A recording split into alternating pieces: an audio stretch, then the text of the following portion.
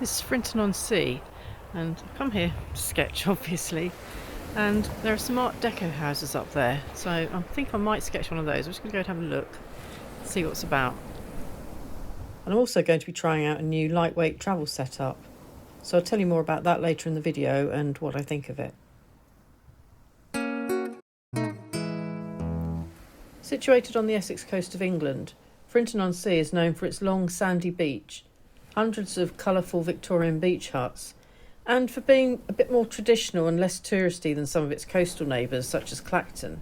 In fact, it didn't even have a pub until just over 25 years ago, as they'd previously been banned in an effort to maintain the town's exclusive atmosphere. But I wasn't here for the beach or the beach huts. I'd spotted some Art Deco houses on a previous visit and thought one of those might make a good sketch. There were several to choose from, but in the end I picked this one because I was drawn to the mint green and orange detailing on the fence and gate. The curved frontage looked interesting to draw too.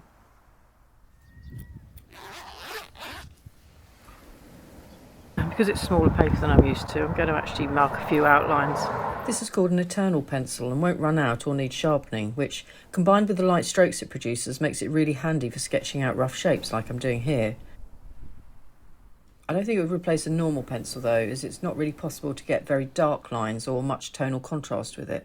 It came as part of the Lightwish watercolour travel set, which Lightwish kindly sent me to try out, and I thought this would be the perfect opportunity to put it through its paces properly. And I'll show you a bit more as I go along and give you my honest thoughts on it by the end of the sketch. Here I'm just roughly measuring the height of each section with my fingers to help me try and get the proportions more accurate. Once I'd finished sketching it out roughly in pencil, I went over it with ink. When I added the rest of the pencil guidelines, I was constantly looking at how each edge related to what was around it.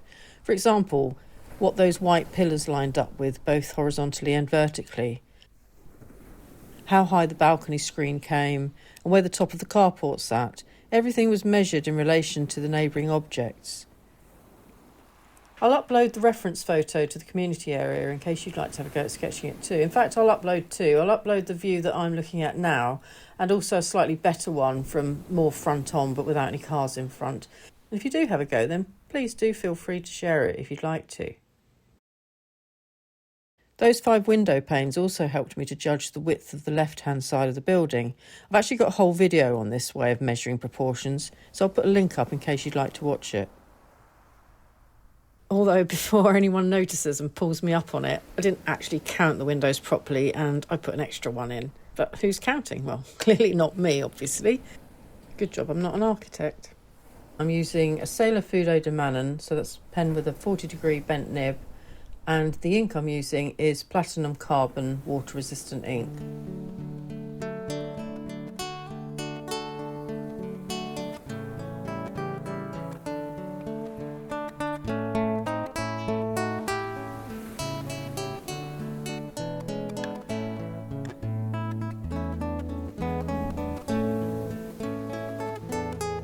I'm adding the neighbouring house because I don't want the main house to look as though it's just sitting in isolation in the middle of thin air.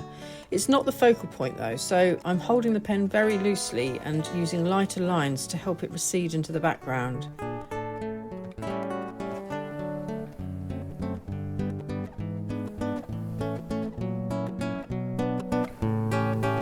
The railings, on the other hand, are much closer to me, so I'm making those lines much bolder. Hopefully that contrast will create a bit more depth and draw the eye towards the main subject. These houses are actually part of a fascinating chapter in Frinton's history. In the 1930s, an architect called Oliver Hill had ambitious plans to create a whole modernist development here, inspired by the Art Deco architecture he'd seen elsewhere in Europe. His grand vision included hundreds of buildings, along with a shopping centre, a school, and even a new railway station, obviously not a pub. In the end, only a small number of the houses were actually built, but they still give this part of Frinton a rather distinctive character. With the drawing finished, it was time to add some paint, but before I do that, let me show you what's included in the Lightwish watercolour travel set.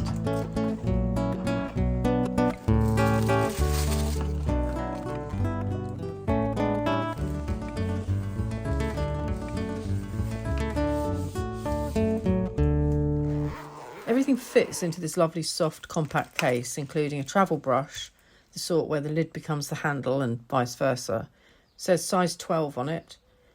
The Eternal pencil that I was using earlier, which also has an eraser on the end. A water spray bottle.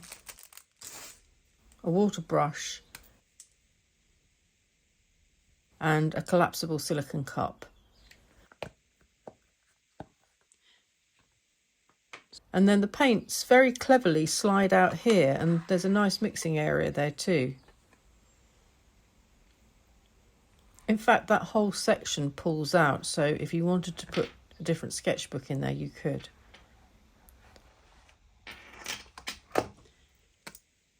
The spray bottle is particularly slim, which I really liked, although I did spend a slightly embarrassing amount of time trying to get the top off to fill it with water. I tried twisting, I tried pulling and twisting. I even pulled the nozzle off at one point. Luckily I didn't break it and it went back on, but as it turns out, you just pull it. There's a shoulder strap that also has a mobile phone attachment included and a generous pad of thick A6 watercolour paper. There's a swatch sheet, which I probably should have prepared before I went out sketching, but as usual, I didn't bother. Some of the colour names on the swatch sheet didn't match the paints and were switched around, but to be honest, that doesn't really bother me. I'd much rather have the colours arranged to match the paints and judge them visually than worry too much about what they're actually called. And there's even a little clip for the water cup.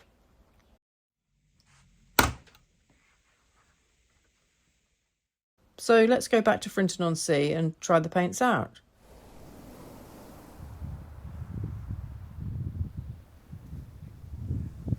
I found the paints very vibrant and the whole setup was comfortable and easy to use. I didn't quite get the right shade of green for the gates and railings, but if I'd swatched them first, I feel I would have, because there's certainly no shortage of shades here to choose from and mix. The one thing I did notice that was quite annoying at the time was that the hairs kept falling out of the brush. You can't really see it here because it's off camera, but I'm constantly having to remove loose hairs. This might be because it's new, but I've not really had such an issue before with any other brushes. Again, it's not the end of the world. I could take a different travel brush with me, and I guess it might improve with use.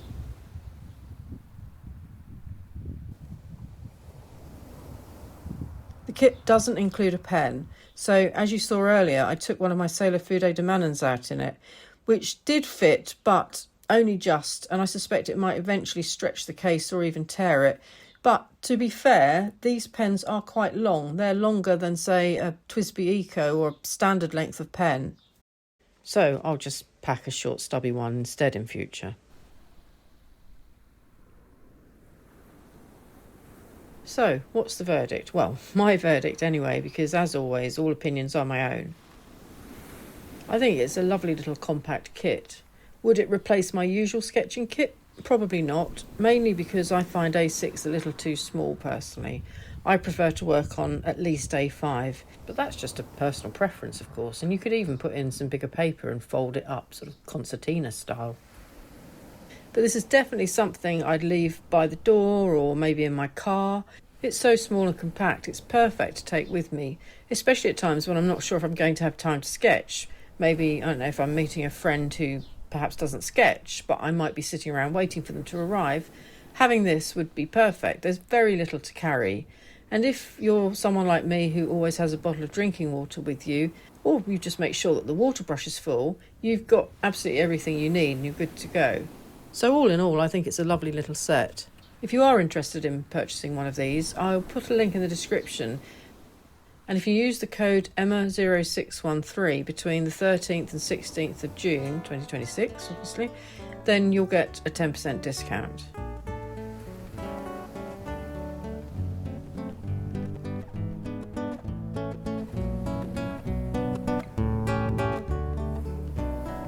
I hope you found this video useful, and as always, thank you very much for watching and happy sketching.